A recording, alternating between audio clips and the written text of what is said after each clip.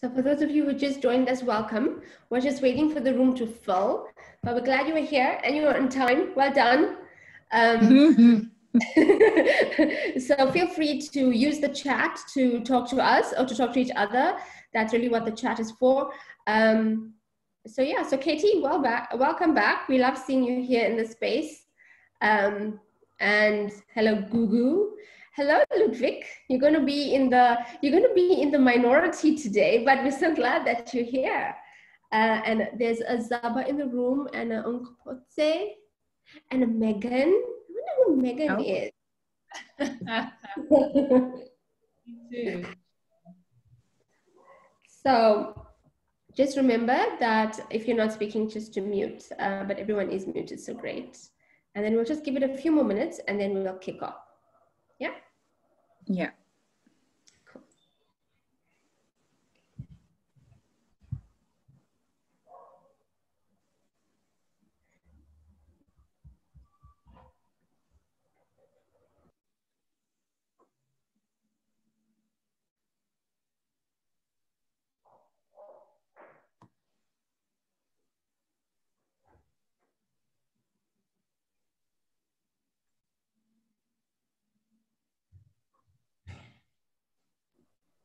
So Ludwig, you want to make us feel bad or what? Like telling us he's exercising and he's only going to be listening. Well, enjoy your exercising, whilst the rest of us will eat our yummy meals that gets delivered and feel not guilty. Exactly.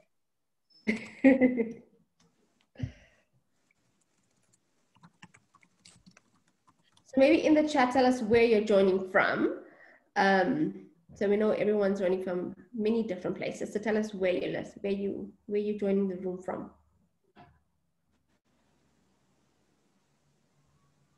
Cape Town is in the room. What's the weather like, Nkopotse? Is it nice weather? We know in Cape Town you can have all the weathers in one day. What else? Oh, sunny but windy. Nice. Okay. Sunny's good. And the sun sets later with you, which is good. Anyone else? Pretoria. Hey, homie. I'm also from Pretoria, Putsaletso. Oh, it feels like 4 p.m. Lovely. Yeah. And Gugu's in Joburg. Is it raining yet in Joburg, Gugu?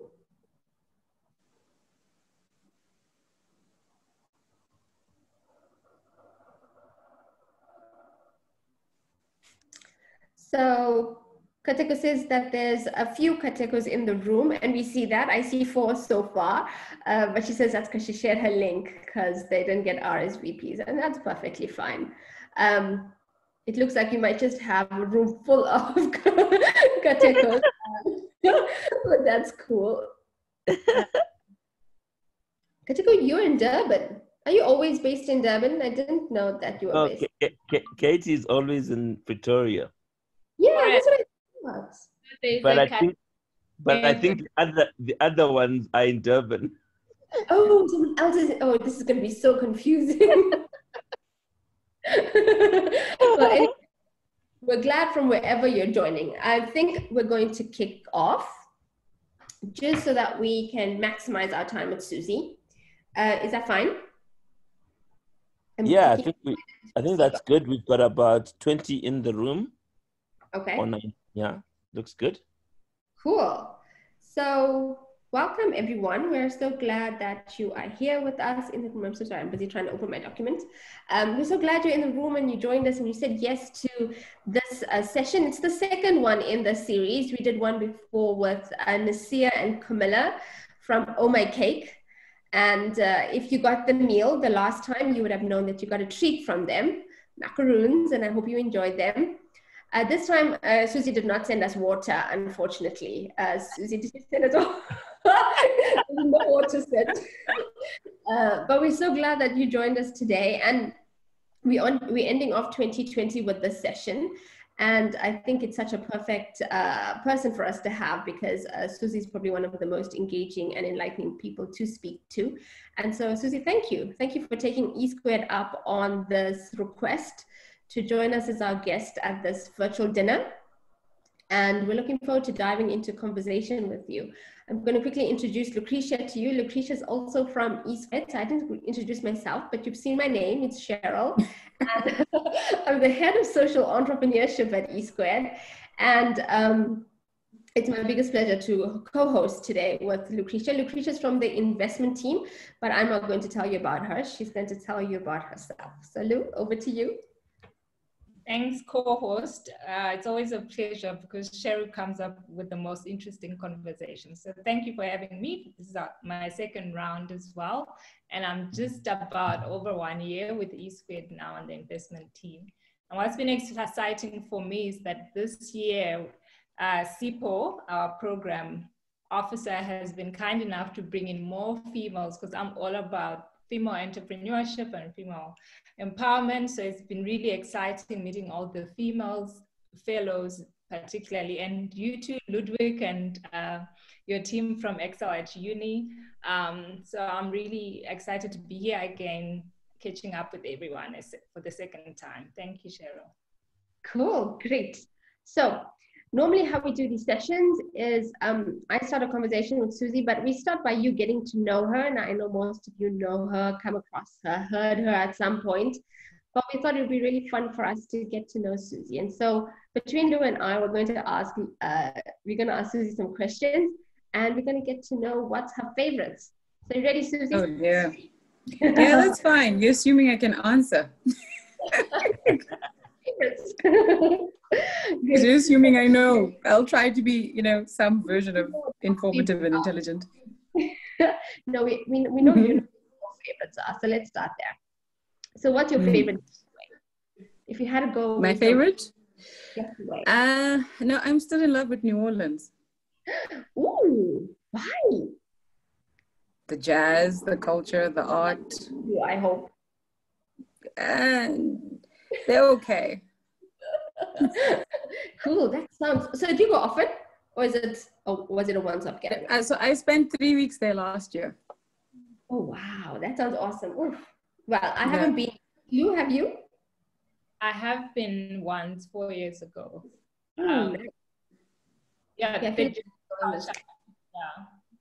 Are quite a vibe. So yeah, Suzie, I agree. Yeah, it is quite a vibe. Nice. Okay. Cool. Next one. What's your favorite food? Oh, that's easy. Thai food.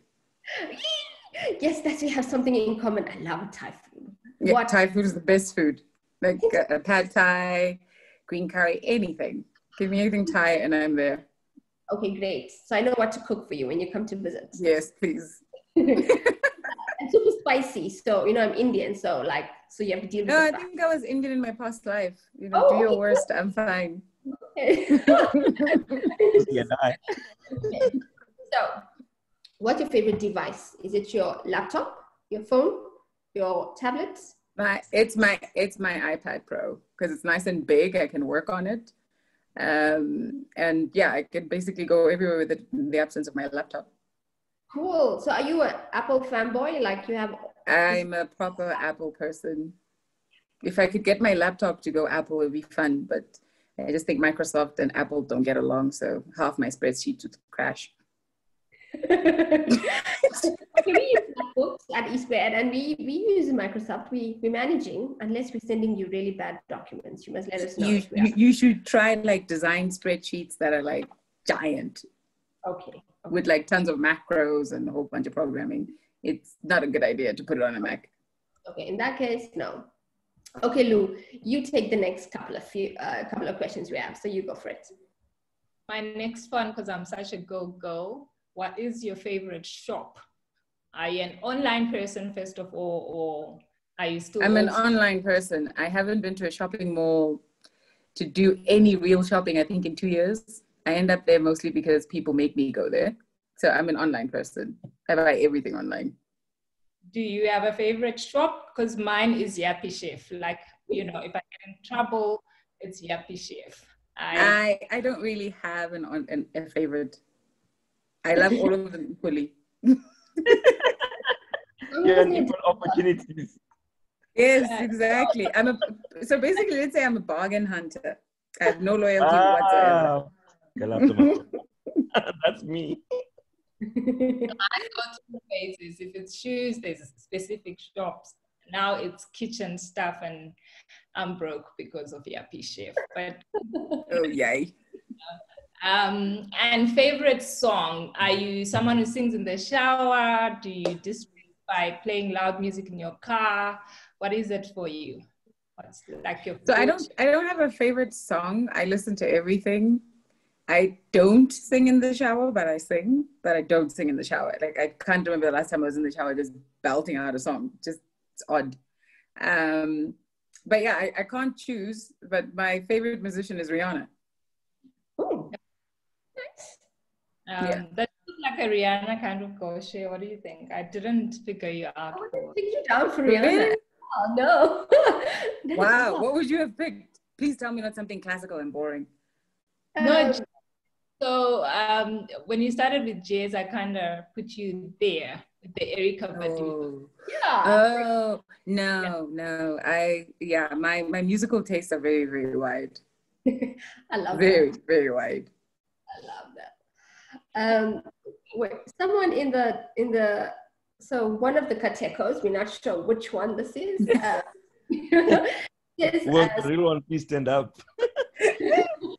She says, singing in the shower, or it could be a he, says, singing in the shower is necessary. What if Bohemian Rhapsody comes up? No. Okay, wait. Maybe I should qualify. I sing in the bath. Oh, okay. Not the shower. I'm never in the shower long enough to belt a song. Like, why? Okay, makes sense. So just before we do the last few, just to let you guys know, there's a poll up, and feel free to engage that poll whilst you're listening to Suzie's favorites.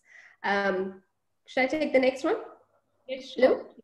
Okay, so I'm a total makeup junkie, and like when I'm overseas, I can spend all my money and even my dad's money at Sephora. Like I'm so bad. Yes. My dad, like, can I have your credit card number, please? Like, please, Dad. So, what's your favorite makeup must-have, and where do you love shopping for your makeup? I'm more a brand person, so I have everything Fenty, which is again the Rihanna love thing. That relationship just seems to just keep going. But I can't go anywhere without like proper powder. I have a very, very shiny face. Oh, cool. Nice. Okay. Nice to know. And then the last one, we think it's the last one. Unless anyone wants to ask a favorite, go on and put it in the chat, and then we'll quickly ask it. So the next one is, what is your favorite indulgence or guilty pleasure? Red wine. Very, very fancy, sometimes brokifying me fine wines. Nice. Yeah, so no, I've done some damage at the Winex every now and then. Go over there and just go like, oh God, no, please no, don't buy anything. Leave the credit card at home. Cool. I know Lou is a red wine person too, right, Lou? White now, I'm getting old. So if I take a red, I'm useless the next day. So now Did someone just tattle on me and say that I don't drink anything less than chocolate block? Who was that? Yes, it was Megan. Yay. I've reformed, guys. I'm now fine with like the other bottles.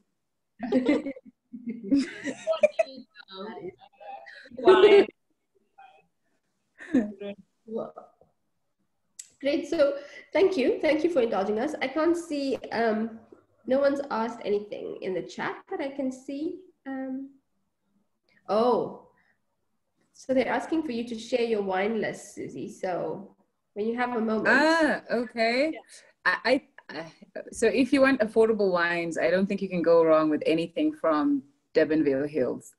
Yeah, that's probably the best affordable wine category in South Africa. Any of their variants. Yeah, very, very good. That's a safe bet that I can give people, and like most of it is like $80. Yeah, they're nice. And the white wine's quite nice too, Lou. Yes. Yeah. Yeah. The rest of the list I will shut up about. Cool. I'm going to hand over to Lou because she had a very nice question for us to segue into the more serious part of this conversation. So go for it, Lou. Mm-hmm. It's not too serious. It's just still under the getting to know you, Suzie. And the question is really about your work day. What's your typical work day? What's a typical work day for Suzie? What time do you get up normally, and what time do you go to bed, and what happens in between? So I wake up mostly like around 5. I have a natural clock that just goes on. So around 5 a.m. I'm awake. But I don't actually get to the office until around 8:30. So I'm terrible because I'll wake up at 5. I'll probably stay in bed if I'm not going to work out, which thanks to COVID, I've got a great excuse to not go to the gym. So I'll wake up, I'll do my emails. So usually people get emails at like 5:30, 6 o'clock from me, which is terrible because it means if they wake up and check their phone, there's like a nice long list of stuff. I'll do my emails, I'll do whether it's like a walk or working out or whatever, and then get to the office around 8:30. Then I start formally my day at 9. So unless it's an emergency, my team isn't allowed to put meetings on my calendar before 9 because I'm very grumpy too early. So I had to learn that and put it in as a rule for myself. And then I'll typically just spend the day talking to people. Talking, endless discussing, endless planning, lots of reading, and yeah, interacting with the team. And then I typically leave the office on, good days, 5:30, 6 o'clock. And then I'll either pre-COVID, usually I would leave the office and then go have a dinner with like a client or partner, whoever it might be, most weekdays between Mondays and Thursdays. So then I get back home around 9:30 to 10 o'clock. And then by 11, I'm in bed to start it again the next morning. So COVID's helped a lot because it took the evening stuff away because that pace can really break you. Yeah. You'll get tired very, very quickly because you're always just running around the whole time. So COVID helped with that because no one wants to have dinners. Everyone's happy with like Teams meetings and phone calls. So that's helpful in one sense, but that's my typical day. So I'm definitely not like a morning person or a night owl. It just depends on how I'm trying to manage my schedule and where I'm investing most of my time, that I'll just adapt it. Interesting. Cool. It's a long day. It's right? Like if you sleep at 11 and wake up at 5, that's not enough sleep. So for me, long day means I'm still away from my house because I'm a homebody. So if I don't get home at 6, then it's a long day for me. But yeah. Okay. All right. I think Zaba just asked, what do I read? So really the only, call it like business author or strategy author that I read is Simon Sinek. I don't really read all the others because it's just, you get to a certain point where it just feels repetitive. And I follow instinct more than anything else. And then I do spend quite a bit of time just reading nonsensical fiction books like The Expanse or whatever it is, just to turn off. Escapism. And obviously, like everybody, I'm waiting for George R.R. Martin to release the last couple of books of Game of Thrones. Impatiently so. Cool. Okay. Well, thank you for sharing what that day looks like. I hope one day you and I get to have that dinner with you. So we'll now that we're all doing dinner, we'll make it an early dinner so that Lou can get home by 6. I report to a 9-year-old, so I guess you know. That explains a lot. Yeah. Cool.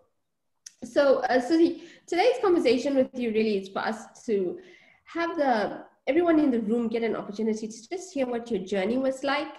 And we all know that you moved from a corporate job into an entrepreneurial journey, and there's not many people who make that jump easily, and they don't know how to suck the joy out of whichever situation they're in, whether you're in corporate or on the entrepreneurial journey.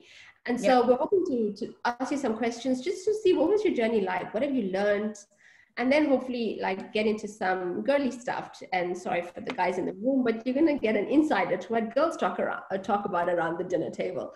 And then just talk about things like womanhood and what does that mean? And so we'll dive into some of that. So I think the first thing maybe you can tell me about is like when you embarked on this entrepreneurial journey, you were first employed, right? And what was the biggest lessons? What was the 3 main lessons? Like if you just can sum it up with like 3, I know there must be loads, but what was the 3 lessons that you learned and that might have had the biggest impact on how you lead now that you're on this entrepreneurial journey? All right, so I'm going to say them, then you have to write them down, and I'll explain them because I'm probably going to forget. So I think the biggest one is the value of networks, right? The value of strategic intentionality, right? Which is the whole purpose and alignment of your skills type thing. And then the other big, massive lesson for me comes from what not to do when building a company. So I learned a lot of what not to do. And it was, I suppose, the function of where I went, because I chased chaos. So, so on the last one, okay, no, let's do the second one first. Strategic intentionality. So for me, I always wanted to be in infrastructure. That was clear for me. Even if you go back to like that thing we all wrote, that love letter we wrote to ourselves when we were 18 years old and applying to the foundation, where do you see yourself in 10 years? I was writing about infrastructure and how the built environment was a really like aspirational place for me, because I think the spaces where people live is what determines the quality of their life and blah, blah, blah. So even when I was making my choices around who to go work for and where to go and gain experience, I wanted to go and learn from the businesses that made the most impact in that space, right? So I was quite clear quite early on my purpose. I studied engineering because I wanted to be in the built environment. I joined integrated infrastructure groups because I wanted to be in the business of infrastructure. And that time in that business helped me understand the business of infrastructure. And I was quite specific about making sure that when I was there, what I was trying to learn was the business of infrastructure, not engineering. Because I think I figured out by the time I graduated from university that I was always going to be bored if I had to sit down and be like a structural engineer designing stuff. So that was very clear for me quite early. So I went in with the view that I wanted to learn the business of infrastructure as much as I can in what Mr. Gray called the decade of learning from, how to make mistakes on other people's balance sheets. So I took that to heart. So I was like, okay, where am I going to go work? And primarily while I was there, I tried to make sure that every role I was doing was associated with this principle of understanding the business of infrastructure, its strategy, how opportunities are created, the different stakeholders in how the opportunities are created, and how a project basically gets to breaking ground, which is something that most engineers never ever understand. They'll always find themselves doing the what, but the why and how it all came together is always an abstract concept for them. So I was quite lucky that in my initial sort of approach, I even remember when I started at Avenge, we had a meeting as the grad students. So there was like 20 of us, and we had a meeting with the executive management team of the division I joined, and they were just telling us about the company and whatever, and asking us to tell them a bit about ourselves. And they said, all of you get to ask one question. And I'd read all of their annual reports, and I had one specific question. Everyone asked stuff like, oh, where am I going to go? Can I go to this project or whatever? So I asked them, could they please clarify for me their Africa expansion strategy, because it didn't make sense. So I asked that question, and the head of strategy of the unit pulled me aside at the end of the meeting and said, please explain to me why you have that interest. So I got to talk to her and the team around her about what I thought I had read and why it didn't make a lot of sense, at least to me. And then they explained their logic to me. And at the end of the 6-week graduate development training program, I was not sent off to site. She put me in her team. Right. So just from one question. So she was like, you're not going to site. You're going to come and work as an analyst in my team. And from that role came, working on major projects, watching the Africa strategy thing, blow up and waste a lot of money and all of these other things. So that was really, really cool as the first lesson, which is be very intentional about what you're wanting to learn from your time in corporate. Because otherwise then you're just there. And what's the point if you're just there, just like every other graduate, while you are very clear that you have a specific purpose and you have an off-ramp on this freeway that you're on. You just need to make sure that the time you're spending there is very impactful. So that was the second lesson around just intentionality on strategy. The value of the network, business is about people. People buy from people, people invest in people, people give a chance to someone they believe won't disappoint them. And there's always this question about your advancement and the fact that in every room you're trying to get into, you must have a sponsor within that room to open the door. So your networks are very, very important, and being able to demonstrate value to someone who is far ahead in their career than you are, be able to demonstrate that value as young as you are early on, basically makes them think of you, right? So when they've got something that needs doing, they go like, oh, maybe I should call Suzie to help me out with this. Or I need a report written, maybe I should make her do it. And sometimes it's like you just doing like coffee and being present and being like listening and being useful to somebody before they even give you any chance to engage with the content of what they're working on. So I did a lot of that.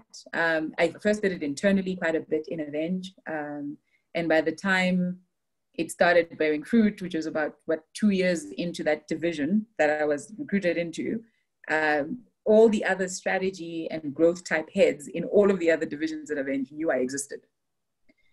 Purely from just the network and how I was behaving in all of the different forums that I was given the opportunity to be part of.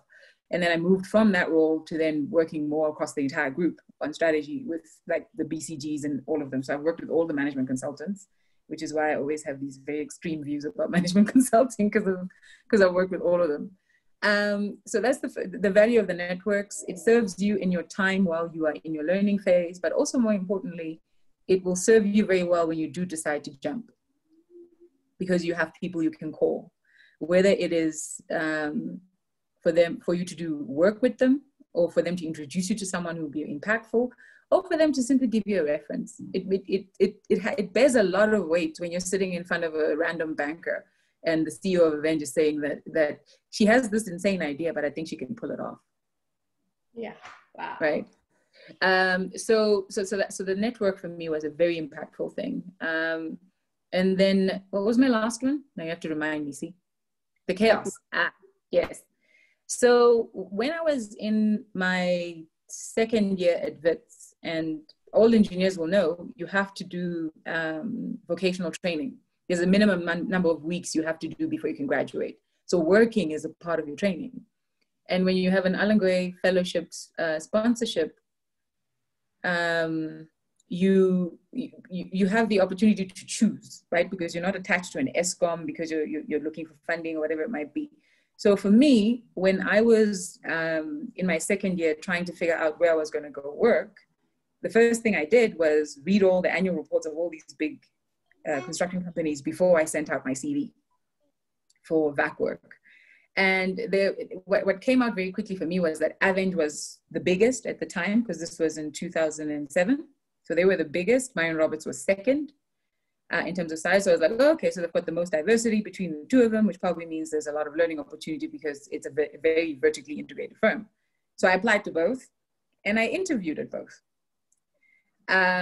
And I remember when I went to the Myron Roberts interview, there was just like all this prestige and esteem, but they were very, very clear about what they wanted from an engineering graduate, right? Very clear. They just were like, okay, you're going to come in, your first year is going to look like this, your second year is going to look like that, your third year, blah, blah, blah, blah, blah. And then I went and interviewed at Avenge, and it wasn't clear. they were not clear on strategy. They were not clear on, what a, call it, business-minded engineer would do in their business. They were kind of like, oh, you come, you'll figure it out. Like, we have 5 different versions of grad programs. And that other strategy thing you're asking about is interesting, but it's, you have to come and figure it out. And for most people, they would pick Marion Roberts because the certainty. But I didn't want to be a drone. I wanted to go where there seemed to have been a lack of structure, because the lack of structure probably meant that I'd have more opportunity to find, value to add within the gaps, and likely find an opportunity to learn a lot more. So I chose Avenge, even though Marion Roberts was arrogant enough to send a package of the contract and everything without even calling me and telling me that I got it. So I chose Avenge over Marion Roberts, and it was one of the best decisions I ever made, because in my role there, I went from strategy, I worked on risk. So I learned how infrastructure projects go wrong and what to look for, and watched it across a sample of every permutation of a project you could ever imagine, with really, really experienced people who are still on my speed dial, even for my own business, when I think something's going wrong, who know better than I do. I got the opportunity to watch the financial structuring, design, collapse, redesign, collapse, redesign, collapse. And then in my last 2 years before leaving, I got to act as a CFO for their construction group, which a 28-year-old would never get the chance to do. In what universe, right? So it gave me the opportunity to really learn a lot about how things go wrong, and how different strategies for trying to repair things, why they don't work in certain contexts. And I was working with lots of very learned people. Like I said, every version of a management consultant was there. So there was a lot of issues. So I really, really enjoyed my time there. It was probably from 2015 to when I left was the hardest working years of my life because of how much work I was doing, but the most fulfilling from a personal growth perspective. So I felt ready. So by the time I was like, oh, I'm going to take over this water thing, I was like, this is not the most chaos I've ever seen in my life. I love that. I love that you've said a few things that have just made me realize that you're just probably smarter beyond your years, one, but that you probably have really good people journeying with you, and we're gonna get to that. But I think the one thing that you said that just stuck out for me is that you asked a question, and there's a saying that says, good leaders ask great questions. You ask the right question, and those questions open doors. And I think the one thing that pulled you out of the pile from the other graduates was that one question that got you into that strategy team. And I think that's so amazing. I mean, it's something I learned in this moment, can you ask the right question at the right time? Can you ask a question that segments you from the others? And I think if anyone wants to take something away from this part of this conversation, that's something you definitely make a note of. So Lou, I'm going to hand over to you because I know that the chat is going a bit wild, and maybe there's something someone wants to say, or maybe we can open the platform to someone who wants to ask a question before we move on. Hi, Cheryl. I think there was a point which was actually made by Uncle Pute around the third point, which is which Suzie didn't talk into, which is what not to do when trying to build a business. Okay, cool. Okay. What not to do? Jeez. So I think the most important thing is hire for attitude, train for aptitude. And I know people talk about that all the time. Whether it's in a mature business, a startup, or anything like that, the most important thing is, have you got people who are aligned with what you're trying to achieve, and who are going to sweat and bleed as much as you intend to. Sometimes the smartest person, the most well-prepared person for the role, is not the right fit, purely because of their perspective of what their value to the team will be. And if you've got someone who's got the wrong attitude, what they tend to do is they disrupt the entire ecosystem of everyone else, especially if you put them in a high impact position. And you cannot correct for bad attitude. You cannot correct.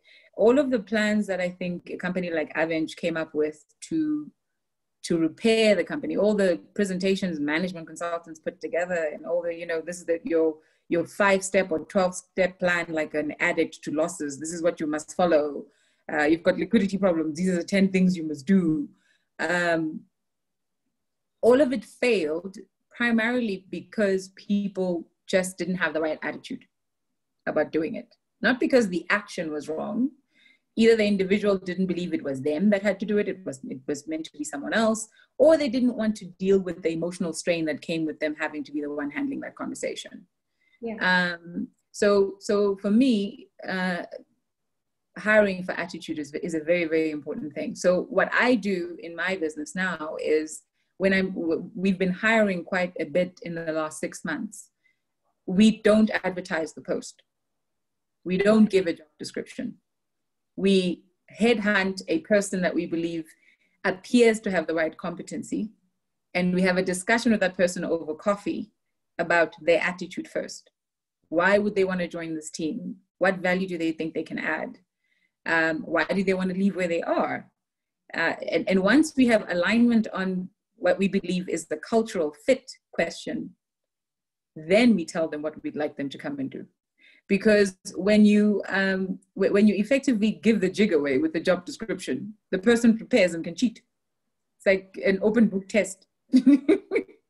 Right? Because they'll just tell you what they think you want to hear, and what you then end up having a problem with is when they are there, it becomes very, very difficult to get them purpose aligned. So I call them purpose conversations with people.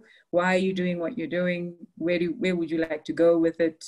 What are you willing to sacrifice in order to achieve that purpose for yourself? Not what I'm doing, but for you. Yeah, 100%. I mean, I think I did a piece of work not so long ago, and they said that the number one reason that most people get laid off is because they cannot change their attitudes. So you can teach someone a skill, you can help them grow in a role, but you can't help them change their attitude. That's an insight. Yeah. That's something that they must come wired with, or else it's not going to. But also, the biggest challenge is, right, all of these questions seem inconsequential when you're in a larger business. And the reason why you're in a larger business, it might self-correct, is because the size and institutional structure and the machinery of the company will correct for it to a large extent if you've got good codification. And big companies tend to have this wheel, right, that will turn regardless of what a silly person might be doing in the system. But when you are either trying to turn something around or trying to build something, this is the most important variable, because that machinery becomes less effective because you're obviously trying to turn the thing while you or try to build it up, but it's already on the highway. And that's much harder to do. So you need people who are very, very much purpose aligned, because they will run across the entire chain of the company to try and find places where they can add value. And you don't have to be everywhere all the time as the founder or the leader of the business, because that's probably the saddest thing for a lot of people. So a friend of mine did a buyout at the same time as I did mine, and she's had a struggle because she has to be everywhere all the time. Yeah. And we wish we could clone you. If cloning was possible, that would be great. But yeah, I think I do think that is one of the things most companies get wrong anyway. Like when you're hiring for culture fits, values alignment, and attitude. I think it's something we're not yet good at. And I think it's something we definitely have an area to grow in. And I love that you have that, you getting that right, that you hiring with such intentionality. I'm going to give this back to Lou because I know there's comments coming through and I think we must be able to engage everyone in the room. So Lou, tell us what people are sharing. Yeah, there are a lot of people agreeing with you from the forum, Suzie. A lot of interesting comments. There's one from, it's a long one to do with management consultants. Someone said, I'm going to paraphrase because, you know, it's run off the screen now. But she says she seemed to have, like herself, I'm sure, a love-hate relationship with management consultants. Could you share a bit more about why this is the case for most young people joining the workforce? And having interacted a lot with them, what do you think an aspiring business owner such as myself, who is a former management consultant, might consider important to take with and leave behind when they are approaching complex and ambiguous problems? And I think I would just related to that, there was another comment which says, well, it was really a comment about really interrogating a potential employee about why they're leaving their current employer. Okay. Being an important. So let me do the first one and then we can do the other one so I don't forget them. So management consultants for me were a big frustration because I think, you know, great plans are just that, plans. And most people will tell you, they always say this thing, they were like, culture eats strategy for breakfast. It is the truest statement ever said. And unfortunately, the management consulting business model in most instances doesn't have the ability to calibrate for culture and organizational structure. It's usually a very market-centric approach, right? It will tell you, this is what looks like it works for people who look like you, who are in the same sector as you. So it, you know, if you think about it empirically, it's a very good way to look at problems, because if there are 100 samples and 90 of the people are getting it right because they're doing it this way, you know, take what's common across all of them, share it with company X, and, you know, company X might be able to hack it. So one of my my mentors while I was working at Avenge, he was like 5 minutes from retiring. He used to say that a management consultant's job is to take your watch and tell you the time. So usually they come in and will actually confirm most of the time what the business already knows, but has not found the courage to enact. And they don't spend enough time asking the question, why haven't you done it yet? Okay. Because usually most people will know what needs doing. So there's a confirmation that comes, okay, yeah, we've asked a bunch of professional people and they've told us that this is what we need to do. But there's no time spent on asking, why haven't you done it yet? You know, why haven't you enabled yourself to be able to get to this answer on your own? So they'll give you the answer, walk away, but they don't deal with the root cause of the problem. Because if there's awareness of the issue, there should have been a self-drive to get to the answer anyway. So they don't address the root causes in most companies, which is why most management consulting interventions fail. Because the ability to execute is very much embedded in the disablers that are sitting within the company and the value traps. And unfortunately, most management consultants will focus on the one side of the equation, which is the enablers, and saying maximize all of those. But they don't spend enough time looking at the things that are at the bottom of that equation, things that are taking value away, and saying, okay, how do we help you work on those? So that's quite a difficult thing to get right. So if you can, for me, I am yet to meet, particularly the bigger firms who are committed to that disabler conversation, who are willing to take risk on the disabler conversation. You tend to find that smaller businesses that are more specialized, you tend to find that they have smaller teams. They have to pitch themselves at that bottom layer, focusing on the disablers, because they know that anyone can give you the answer for the top layer. But the people are going to work with you to figure out the bottom layer. It's a much harder thing to do. It takes a lot longer, which means that if you follow the typical management consulting methodology of revenue and how their business model works, it will be an incredibly expensive exercise to do with them. So for me, I'm a big believer in capacitate the team to understand exactly why they're not getting themselves there. If there are things we don't know, we typically will use a market assessment consultant to just simply give us that empirical data to confirm what we don't know. And then from there, it's the team that we have to work out the disablers. Yeah, I'm just going to ask that members from the audience, if you want to speak, if you're comfortable coming on camera with your question, please feel free.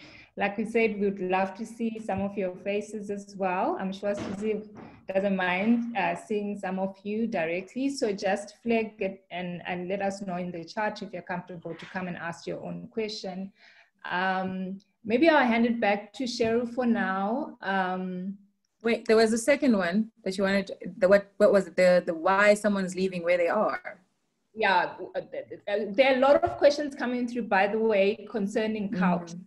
Obviously, that's an important aspect of how and why a business can fail or succeed. So there are a lot of questions coming through, and Cheryl, maybe you can pick up some of them and yeah, on mute. Like the pandemic statement of the year, right? So thank you, Lou. Yes, I think one of the things, just to pick up, Suzie, you said culture eats strategy for breakfast, and that just echoed what Kumo, our chairperson of the board, is here, and that's what she also said. She said culture would eat strategy for breakfast any day, anytime, and that is the truth. And so there's lots of questions coming through, and I want to pick up one that Ludwig has, because I think I'm going to segue into that, into something that I read recently. It says that just 5% of women, so women globally, and I'm sure that this is US-based research because we don't do enough on this continent, but it says 5% of women work in industries that have 2/3 men that work in that industry. And what happens to the women in that industry is that they leave after a very short space of time. And for those who do remain, they deal with a number of challenges. One of those being pervasive stereotypes. So like you're in the room and people think of you as the caregiver, the mothering role, the office housekeeper role. Or there's a lack of mentoring or career development for women in the workplace, especially in male-dominated industries. And then there's this, there's the thing we all know about, where there's sexual harassment. And then the last one is just like loneliness. Lots of women face loneliness. One, because they distance themselves from their female counterparts or for the females that are in the organization. And they don't always make that relationship connections with their male counterparts. And so it's a lonely journey for women who stay in the industry. Have you felt any of this? Did you need to make any trade-offs having to work in a male-dominated industry? Yes. I think that's, you need to just know to expect it. And I think in any high impact career that requires nothing less than the investment of your entire life, as most people say, especially if your end game is to build a business within that sector, there are going to be some trade-offs that you're going to have to make that typically society forgives men for overlooking. In fact, sometimes society rewards men for deferring some of those things. So one of the biggest challenges is that the more impactful you are in a sector that's mostly dominated by men, what you'll tend to find that there's lots of travel, lots of late hours, lots of early hours. What used to really tickle me when I was at Avenge, which I found annoying, which is why I've got the principle that there's no reason for anyone to be having a meeting with someone before 9 a.m. Because if you're having a meeting with someone before 9 a.m., when did you drop off your kids? Yes. Right? When I was at Avenge, like the CEO and everyone felt like that the most loyal employees were the ones who were in the office by 7. And they were also the ones who left the office after 6. Because that's the culture of construction. So for you, for a period of time, you need to, at least until you've proven your value, not directly challenge that stereotype. And that does mean that in the early years of your career, or at least in your early years in that organization, you are going to have to make a lot of personal sacrifices until you've earned enough stripes for them to be able to willingly accommodate the way that you want to behave. So that's a key one, and it will cost you a lot of stuff. You know, the whole fact that you may need to be deployed somewhere, that might be far away from a family. If you want to start a family quite young, suddenly that particular objective just goes poof for a lot of people. And I do think if you're just clear about it very, very early on, and you're very mindful of the sector that you've gotten into, you can manage it in an unemotional sense. But the idea that you won't have to make any sacrifices, for me, is just something that you need to give up on fairly quickly. There is no industry until you're your own boss that will adapt to you.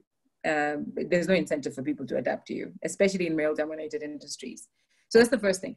But the other issue is you just need to be very, very mindful of the organizations that you join. So one of the key questions that most women don't ask, and they don't even ask it of me when they come for an interview at my business, is, can you please explain to us your gender equity policy? We talk about employment equity, but people don't ask about gender equity. So can you explain to me as a business, what are you doing to enable the longevity of women in this line of work? So what are you doing around, if you're a construction business and there's a lot of work that is on site in remote locations, how are you keeping women safe? How are you providing healthcare?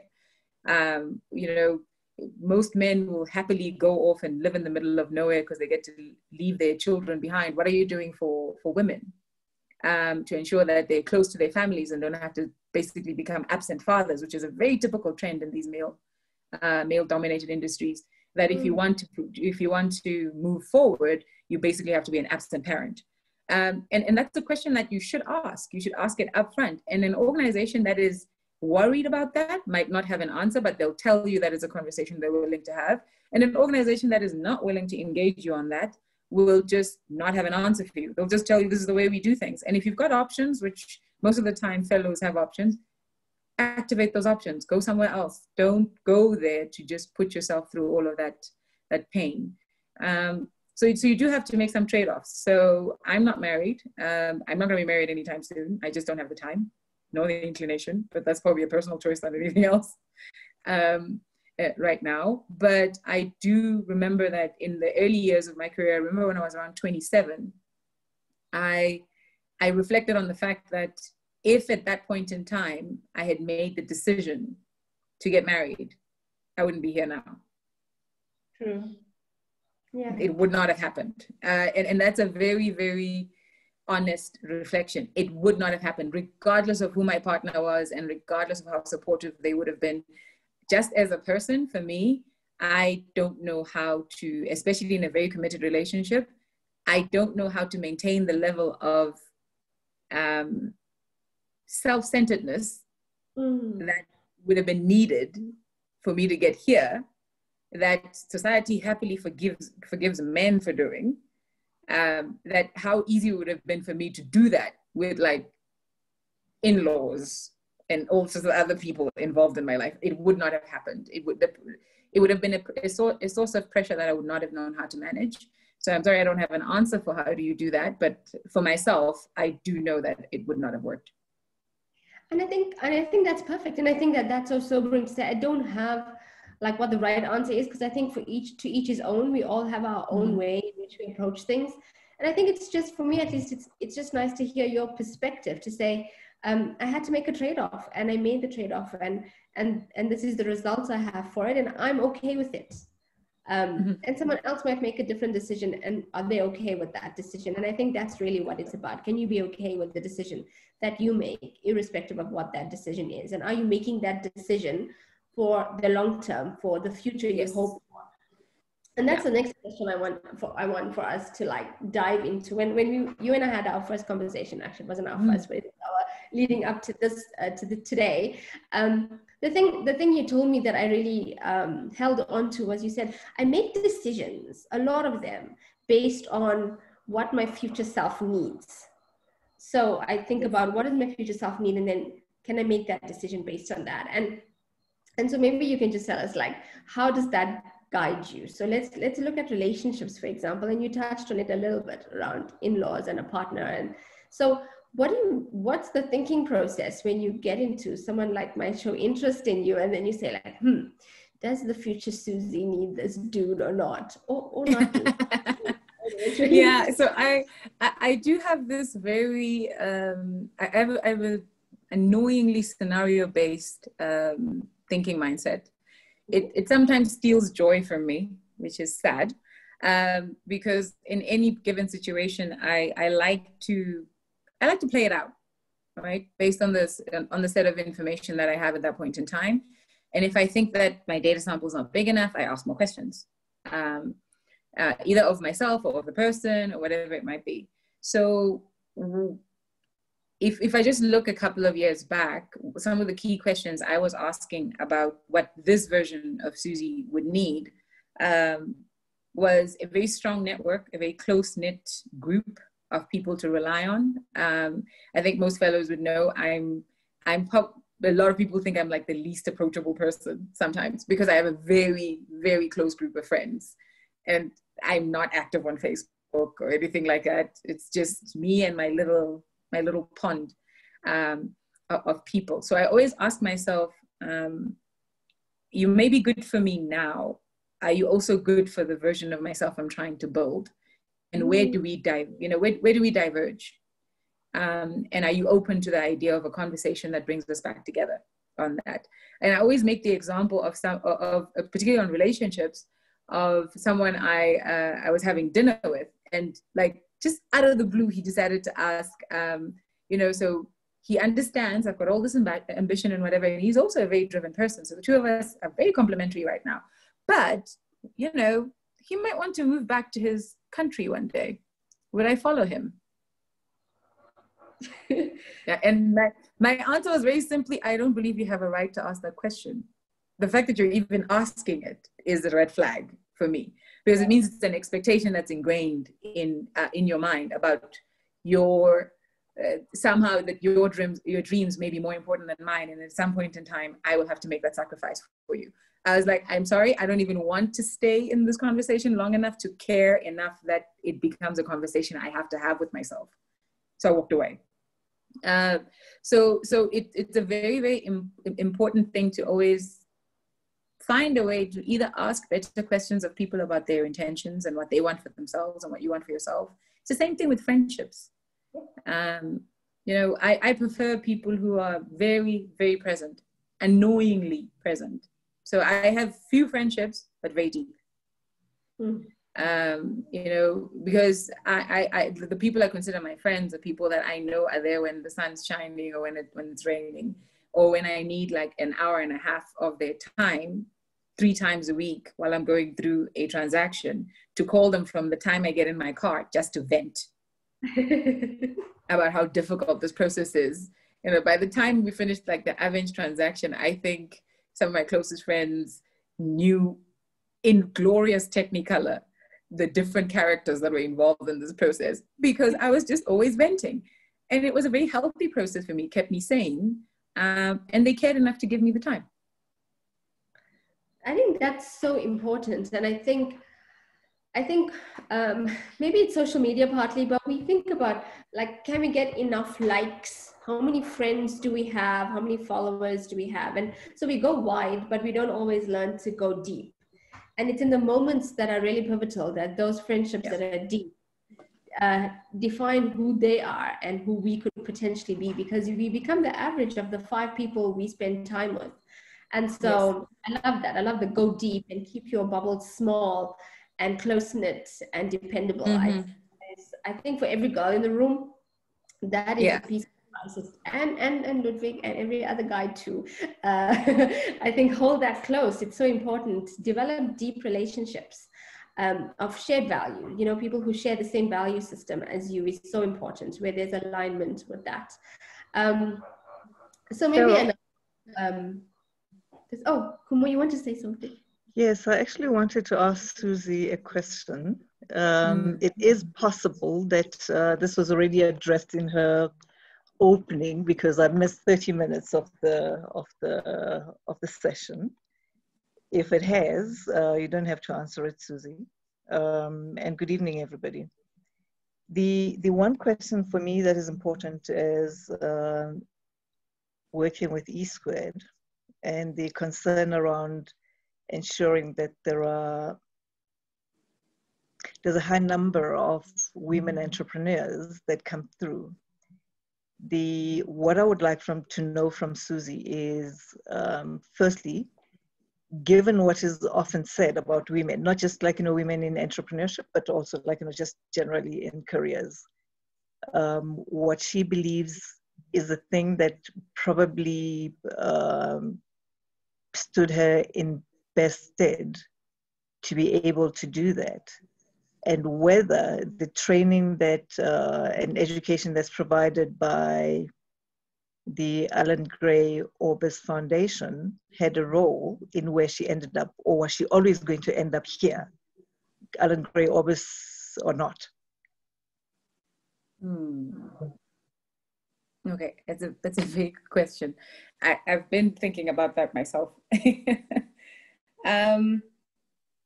I definitely believe that there was a catalytic role that the foundation's education played, in that it prepared me sooner and earlier and made me more confident about the road I wanted to take, and made me far less apologetic about like asking the right questions of people that I'd never met before, who I typically would have maybe created a view in my own head about how powerful they were, right? Because the one good thing about the foundation that most of us don't appreciate is, at least when I was in the program, there was a lot of intentionality around introducing us and surrounding us with high impact leaders and humanizing them from when you're like 18, 19 years old. So by the time I got to work, people will be sitting there saying, oh, but they're afraid to go and talk to that executive over there, because who are they to go talk to an executive when they're just a grad? And for me, they were just a person. So there's a confidence layer, and there's a level of understanding of the scope of the individuals and the people that I truly believe I would not have gotten if I hadn't been part of this remarkable program and the people I was surrounded by for like 3 years. So that's a big catalytic process for me.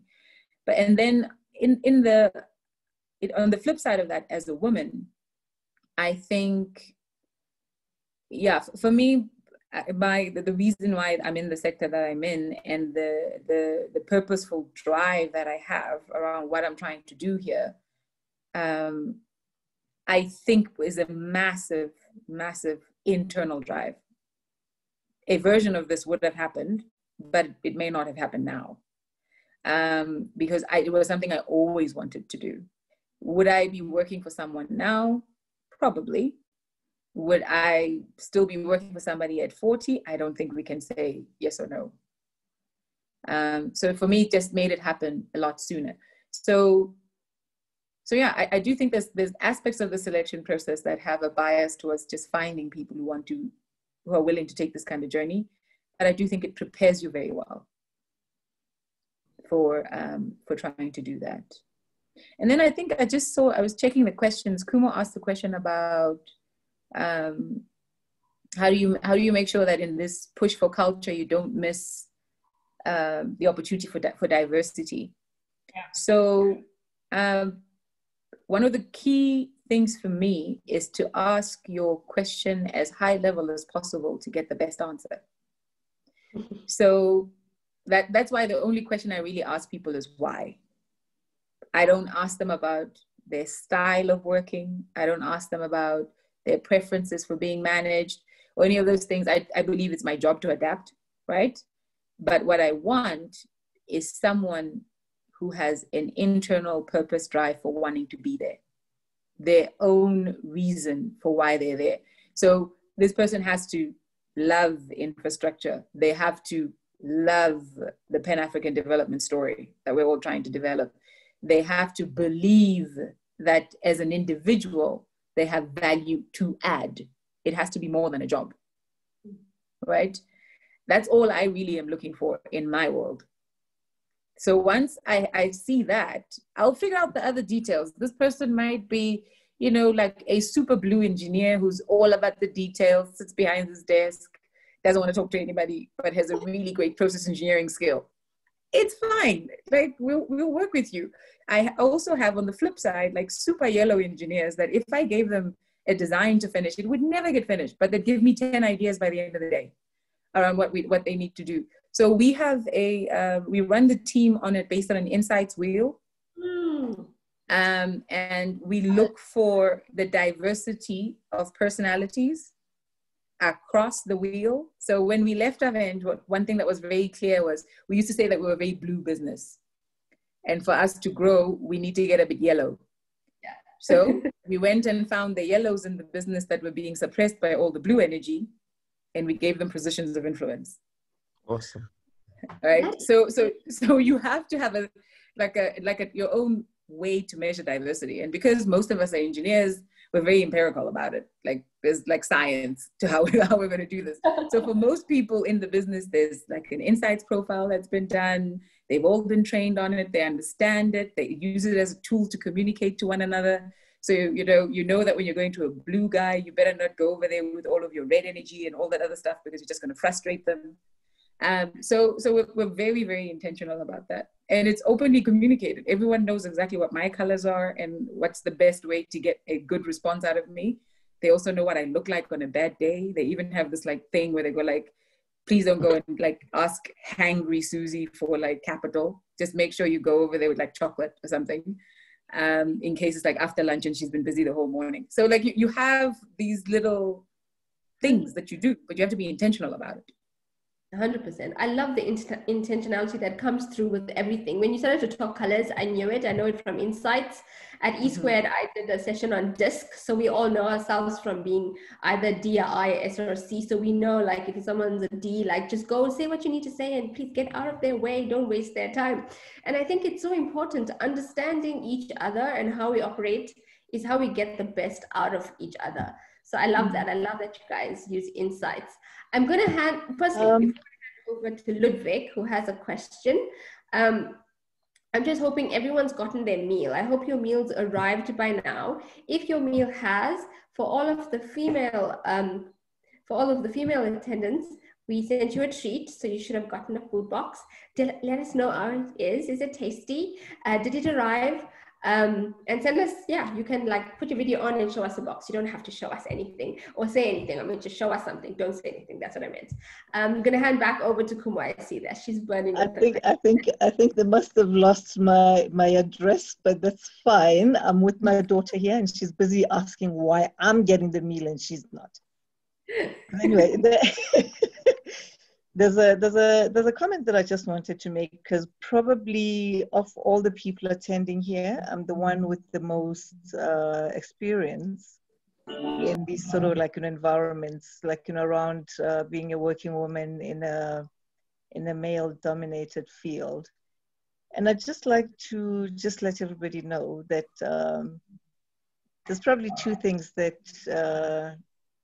you need to resign yourself to as a working woman if you intend being successful.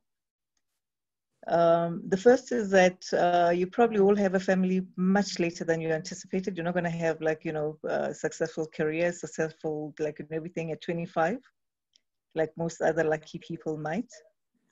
But that it is actually possible. It's not that if it hasn't happened at 25, that's not going to happen. The other thing is, if I talk to anybody, particularly women, is if you think you're going to be all of those things, I think just give up on the idea. Okay. What I mean by give up on the idea, you're not going to be a mother, a maid, a lover, a CEO, and all of these other 77 other things that you're supposed to. Find a way that is comfortable for you, that works for you. In the same way that men have their wives to take care of everything else that they don't want to take care of so that they can take care of their career. Find yourself a wife, okay? That's the only advice I can actually give you. Find yourself a wife. Just to give you an example of what I mean is, and I'm going to be telling you, who is here? Maybe I shouldn't tell someone, and they say you've told too much. But anyway. No, we only have Sipo and, who's the, Sipo and, where is Ludwig? Oh, there he is. I think I'm the problem, yeah. No, we don't need to know. Cheryl actually said it's like, yeah, might actually learn something useful. So please, this is a circle of love. Go ahead. After very many years of conversation with my husband, and at some point almost actually walking away, I had to approach my relationship, I suppose, in the same way that I do my career, right? And that was to say, what is it that I actually want? Am I going to walk away from this because I'm upset that he won't do the dishes, that, like, you know, all of these things. So I had to sit and say, like, you know, look, I like the values that he has. I like the attention that he gives to the kids. I like that he's brilliant and all of these other things.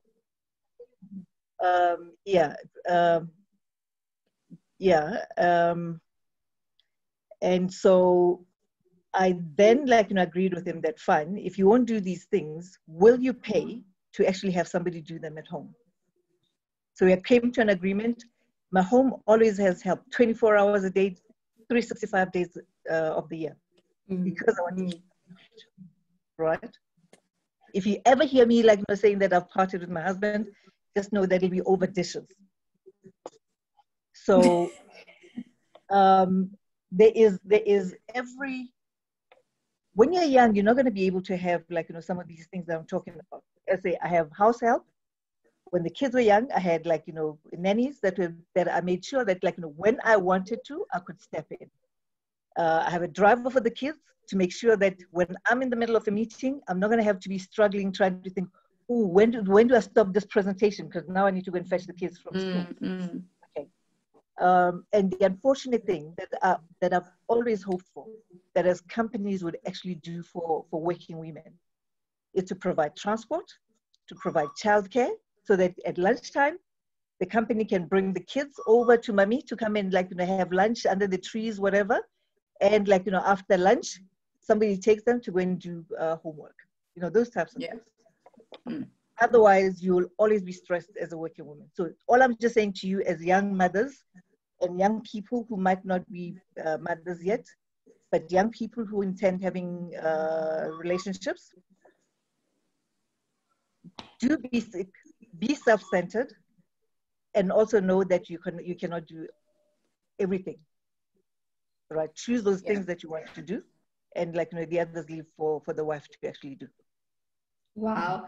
Thank you, Kumo. Thank That you. is pearls of wisdom. Like, yeah, Suzie, I think you want to say the same thing. I think that is so, I mean, it segues perfectly into the question I was about to ask Suzie, and I think Bonolo in the chat said it. I said, so I was going to ask you, Suzie, like, do you think women can have it all? Is there such a thing? And what does this question mean for you? And yeah, go for it. I think I agree completely with Kumo. The answer is no. I think in time, with the right partner and the most mature conversations, the answer is a version of what all means to you. So you must have, you know, your own goals about what being a mother is going to look like for you in the context of the life that you're living. You cannot use the reference point of your in-laws or your parents or all these other people to determine what success looks like for you as a mother. Same thing, what success looks like for you as a wife, as a partner, all of those things. You have to have your own version of what that looks like. And that's why I'm saying that one point of reflection for me was that if I had decided when I was in my mid-20s to make the call to commit to somebody, I believe that it would have put everything I was trying to do at risk. Because I definitely at the time did not have the emotional maturity to stand up for myself the way I can now. I would have deferred myself. I would have made bad choices. And this Suzie wouldn't be here now because I wasn't comfortable having this conversation with just myself. You know, I'm now at a place where I can say, but it's fine for me to be self-centered. It's my decision. It's my call. And it's okay. And you have to use that word with conviction and not think of it as a bad thing. We sometimes punish ourselves for thinking in a manner that appears to prioritize me, right, over someone else. It's not a default feminine setting to do that. We're not raised that way. So for me, it was very important that I basically not have to make any of those decisions and those choices until I felt as though I was strong enough to have this conversation with myself and to have it with someone else, which I definitely wasn't when I was like 26, 27, which was when I had to make the call. So I'm grateful that I found the wisdom not to. And I'm at a point now where I'm a whole lot more assertive about it. And either it will happen or it won't happen. And I'm also fine with that. Yeah. Yeah. And I think that it's about taking the journey within and really having those, like thinking about it, having conversations, and then having mentors. And there's a whole lot I know you can talk about mentors, and I do want you to share that. And I'm worried that we have 13 minutes, but I have kept Ludwig waiting for the longest time. So Ludwig, go ahead, ask your question, and then we'll get back on track. So go for it. Just remember to unmute yourself.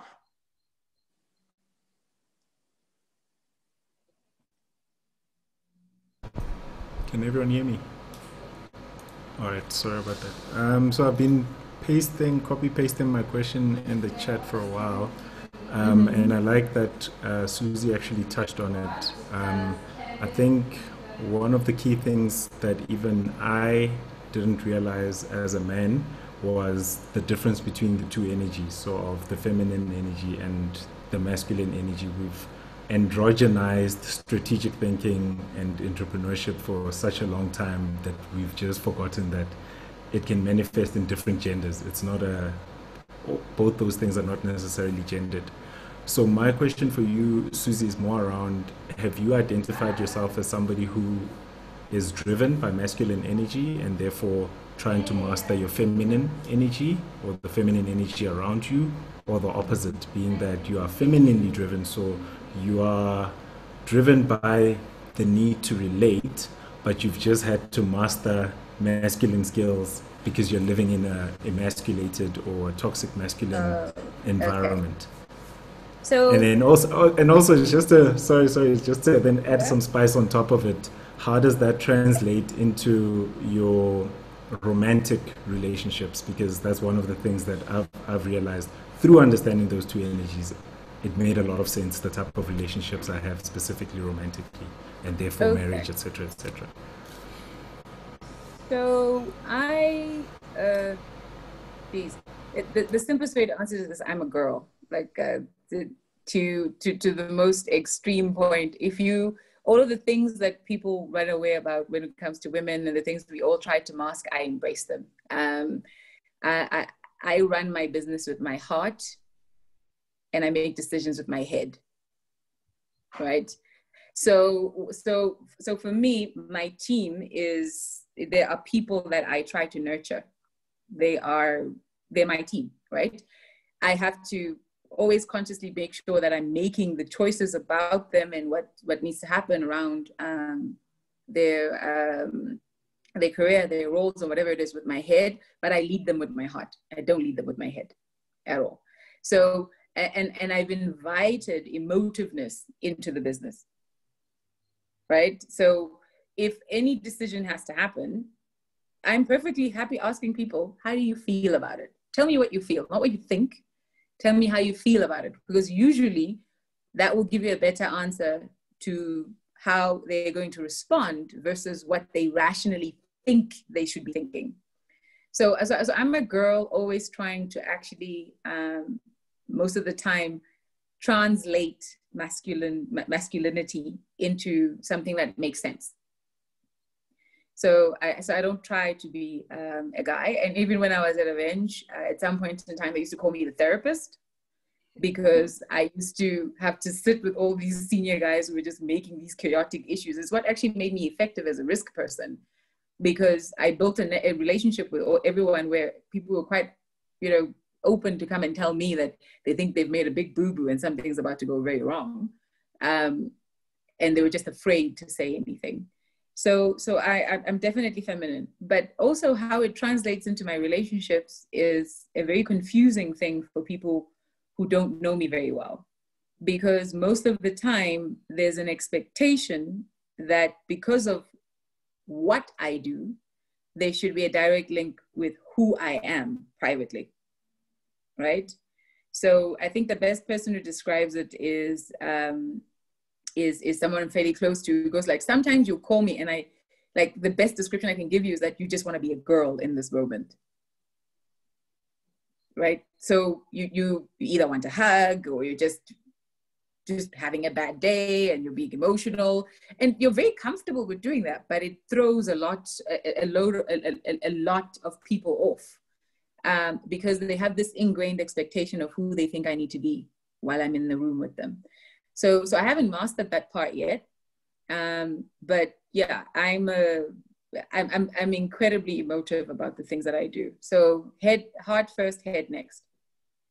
I absolutely love that, Suzie. I think we get so caught up in the gendered the way society wants us to think about things, and I think that there's just such an amazing truth and authenticity. That word gets me. Authenticity in the way that you can lead, and when you can lead with your heart and make decisions with your head is such a great way to put that. So we have 8 more minutes, and I want you to spend maybe just 2 or 3 minutes talking about the value of mentorship. And I know that you received mentorship whilst being a fellow, so there's many in the room who might be receiving mentorship as well. But I know that you've chosen some of your own mentors, and maybe talk to us quickly about what is that, how do you do that? How do you choose a mentor? Why do you choose them the way you have? And how have they served you to bring you to where you are today? Yeah, so I've always viewed mentors as mirrors, right? But effectively, it's a scenario mirror of someone who is quite similar. Well, a good mentor, in my view, it has to be someone who shares quite a similar background and understanding of who you are, and effectively went off on the fork on a path that you may one day take. And you get the opportunity to look in and see what the final version of that might look like. And they may share with you the bumps along the way that they experienced, so that you don't necessarily have to hit them too, if you choose that path. So that's how I look at mentors. So I've been quite lucky that I've met remarkable people in the last, in the last 10 years odd, who sometimes I'll meet someone and I just have either a keen interest in their story to understand it, because I see versions of myself in who they now are, or who they were at some point in time, or a keen interest in what they do, right? What they do and the path that they walked career-wise. So I've always been very intentional about, if I meet someone like that, I'll walk up to them and I'll say, I'd like to spend some time with you. And I'm hoping that I can be of value, that you can use me as a teaching moment, because sometimes, even for everyone else, when you are mentoring someone else, you actually get to learn quite a lot about yourself as well, because it's a reflective process. So when I met a lot of the people who have mentored me in the past, it allowed for me to, through them, have the opportunity to reflect and build up a very good set of armor around what I should expect in the future. So I've dealt with people who, took the charge to fairly untransformed businesses, and as women, as Black people, they went in there and they were quite aggressive about building a place for themselves. And they could share with me the mistakes that they made that either isolated them or helped them succeed or didn't help them succeed. They can share that experience with me so that I don't have to pay the school fees. Just pay the school fees for it. But I was always very intentional in making sure that I was surrounding myself with mentors who understood what it was to be a Black girl from the background that I come from, who's got massive family responsibilities. How do I balance that with my ambition? And how do I get a lot better with managing my family, right? Because that's a big part of our lives that all of us don't talk about. That it's like a whole other thing in itself, and having people you can bounce thinking off of helps you feel a lot more secure in the choices that you're making, and again builds up that degree of self-centeredness that will help you succeed. Because otherwise you come across like a super philanthropic view, and then it will hurt you in the long run. And also how to just have better conversations with myself and other people. So mentors have played a remarkable role in getting me to where I am now, not just by helping me learn through their experiences what to expect so I was better prepared, but also by, helping me refine my thinking, acting as sounding boards, and introducing me to people. They're a critical part of my network. So I never take any of them for granted at any point in time. That's great. And I think we undervalue the role mentors play in our lives. And I love that. I love that you have this criteria in your mind that you work with. And I love that you have that you're brave enough to walk up to someone when you can say, okay, they're ticking all the boxes. Yeah, I should go ask this person if I can spend time with them. And I think because as women, we so easily deselect or we shy away from opportunity. It's so easy to say, I really like that person. I really look up to them. I think they can add value to me, but I felt so bad to go and ask. I feel shy. I feel a whole lot of things. I think being able to know that your better self, your future self needs you to step up and go ask that question. Even if they say no, the fact that you just took that step and asked the question is going to be great for your future. And so I do think that take a page out of Suzie's book, and the next time you find someone you want and you hope would be a mentor, just walk up to them and say, I love what I'm here today. Can I spend time with you? So Laraja asked a very important question, and I don't want to skip it. I was dying to share that. So, geez, my audio. The rest of the question from Lerato is, what was the most difficult part of negotiation of the process for your leverage buyout, and did your confidence ever waver? And what's your advice for some of us preparing for big transactions? And how do you handle, well, it's not one question, but and how do you handle when you make mistakes or feel like you've let yourself down? So this is a really important question, like you say, Suzie, because it's a confidence. It's a confidence question. Okay, so I'll answer the confidence and failing quickly part first, because that's quite easy. I do think you need to walk into not just your career, but business in general and in life in general with the acceptance that you will be wrong, and it's okay. You will be wrong. It's fine. You need to fail quickly. Reflect on why you failed. Learn as much as you can about it, and pick yourself up and move on.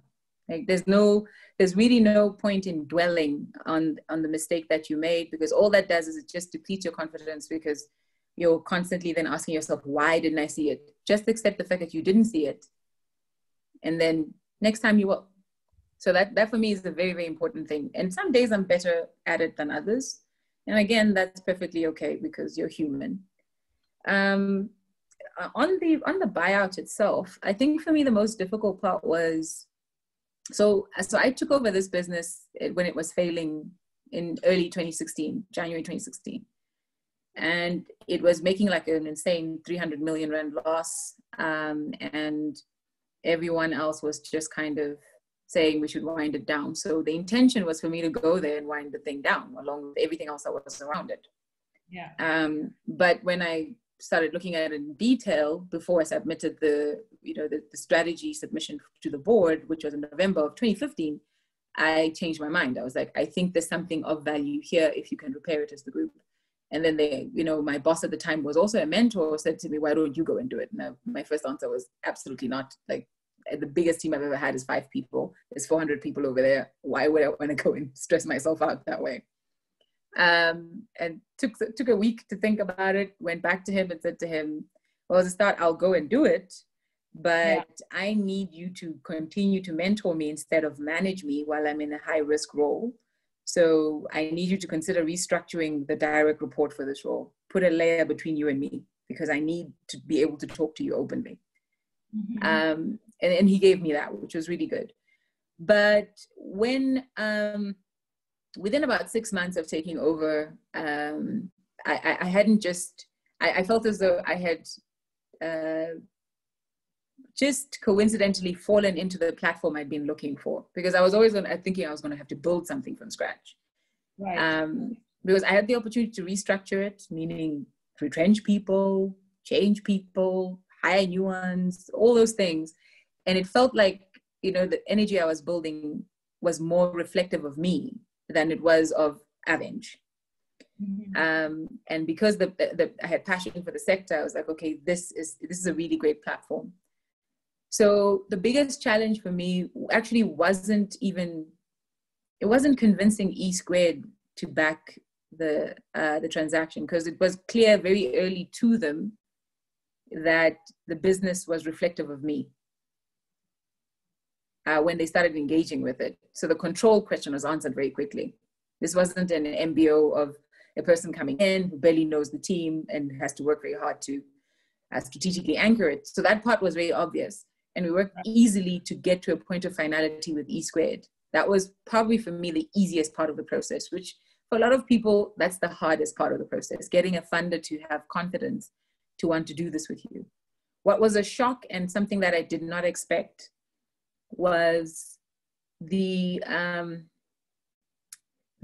difficulty we had in negotiating with Avenge, because as a young Black girl, I had the audacity to want to do this. There were some executives who genuinely could not manage themselves through that entire negotiation, and almost went to great lengths to make sure that I failed. It was initially meant to be a direct negotiation between myself and Avenge, because that's how it started. But it ended up being we need to now do a market process, because we need to check whether this is the best option for Avenge. And even though while they were doing a market process, every investor who was coming in was asking the same question: is Suzie staying? And then the answer was always the same. Suzie has made it clear, if she's not running this business, she's not working here, if she doesn't own it. So she's done being an employee for anybody. But we had to live through that for a period of 9 months. And in that 9-month process, it got uglier and uglier. Every negotiation meeting was just, lawyers and other people yelling across the table, me sitting on the one side as the conflicted party because I'm management and I'm also the buyer. But what really happened was, which was remarkable, was I had a very direct conversation with E Squared, and I said to Mohammed, there are certain things that if I have to do them here, if I have to speak about them, this entire deal will fall apart. We need to come up with a strategy to manage the personalities here so that we can keep me sane, but also keep me well anchored and protect my team as well, because this would have sort of spilled over to my entire team. So that process for me was very difficult. It was one of the hardest things I've ever had to go through emotionally, because we had the money, I had the team's confidence, I had the market's confidence, I had my clients' confidence, but the seller got difficult. For no other reason, really, other than why her, and why now, and why is she deserving, So they made it impossible for me to do that part. And it did get ugly. It got to a point where sometimes there's certain meetings I wouldn't attend that Mohammed from E Squared would have to go to with the lawyers without me, because every time when I was in the room, it got uglier. Wow. That's sobering, Suzie, and very insightful. And a lot of people are just echoing that thank you for sharing that. That's quite insightful. And I think when a lot of people think about leverage buyouts or management buyouts, it's exactly that they're afraid of, the conflicts, the emotions, is this even going to happen? And genuinely with transactions, there's just one conversation that can kill a good deal. And for you to have that maturity to know when to step in and when to step back and let other people fight, that's actually incredible at a young age. So yeah. Cheryl, I know we are out of time, and but there is one final question from you that's important that we need to field before we say goodbye to everyone. So I'm gonna hand it back to you now. Great, thank you. So Suzie, I think our final words we'd like for you to share is for the female fellows that are in the room and who's sitting on a big idea, and we know that many of them are. What is your final words to them, for those who might be on the fence? One, like thinking, I'm in corporate, do I do this entrepreneurial journey? Don't I do it? Is there support? Maybe like just let them know what you think. And I think the other thing is, if they have a big idea, what's your one big thing? Like, go for it or wait it out. What's your take on that? So I do think intentionality is probably my biggest point of advice. And I made a joke one time that I'm going to maybe write a book called Be Intentional. It'll be like one page. You do need to put yourself on a deadline. You owe it to yourself, and you owe it to your dreams and ambitions to put yourself on a deadline, to make the conscious choice that this is something you want to do. And that it has to happen by a certain amount of time. And then you need to share that with a group of people who you know can hold you accountable, people you admire, because that net positive pressure is the thing that's going to drive you, right? Because someone needs to ask, so why haven't you done it yet? And then you always have the excuses.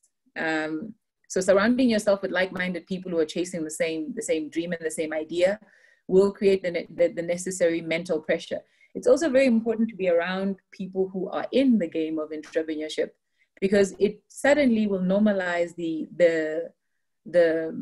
context of what may seem like a really tall order to jump, because it normalizes the failures, it normalizes the challenges, it normalizes the emotional stress.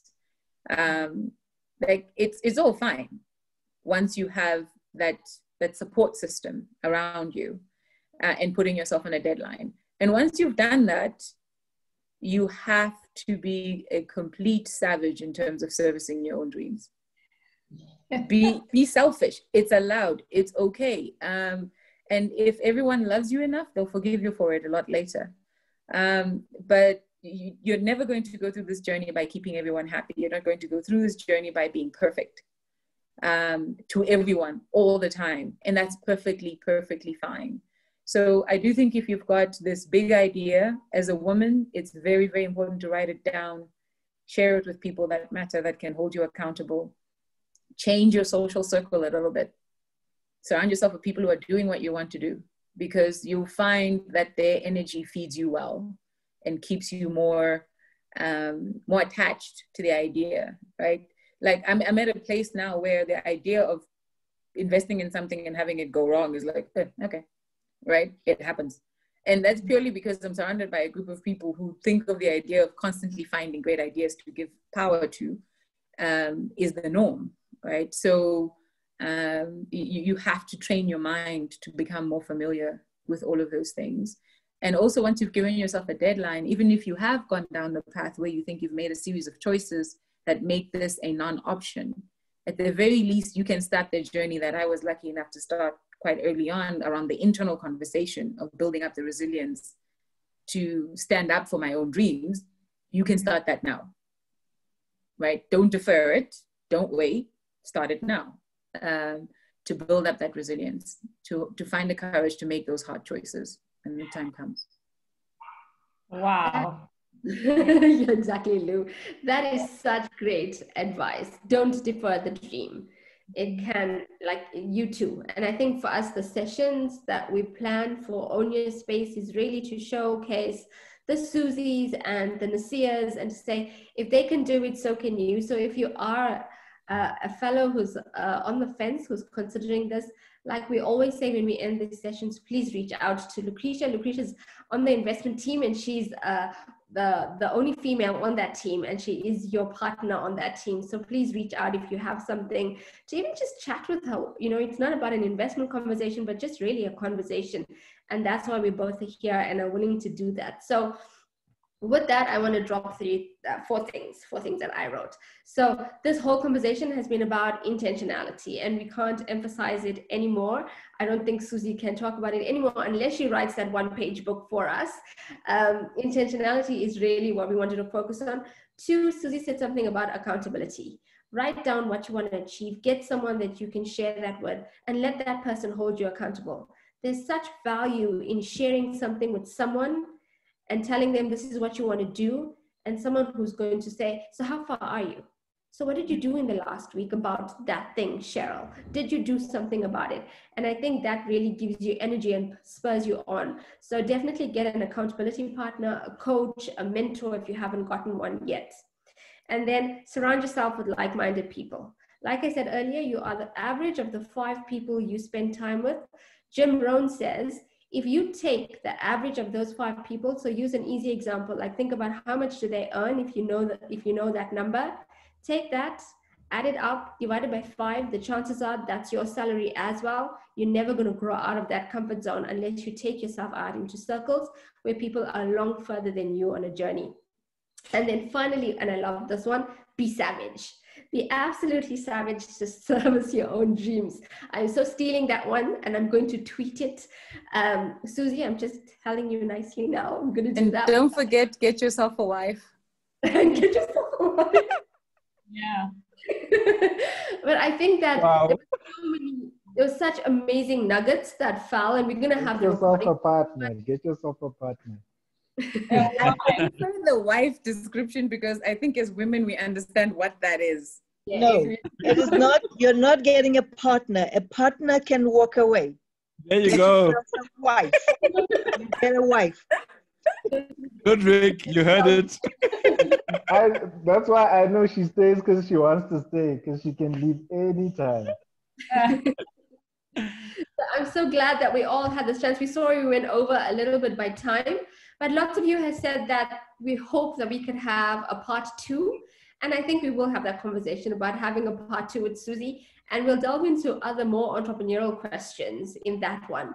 So thank you for joining. I hope you learned a lot. We're going to have this recording available. We're going to share the link with you so you can always go back and re-listen to what Suzie shared, as well as Kumo and everyone else that was on.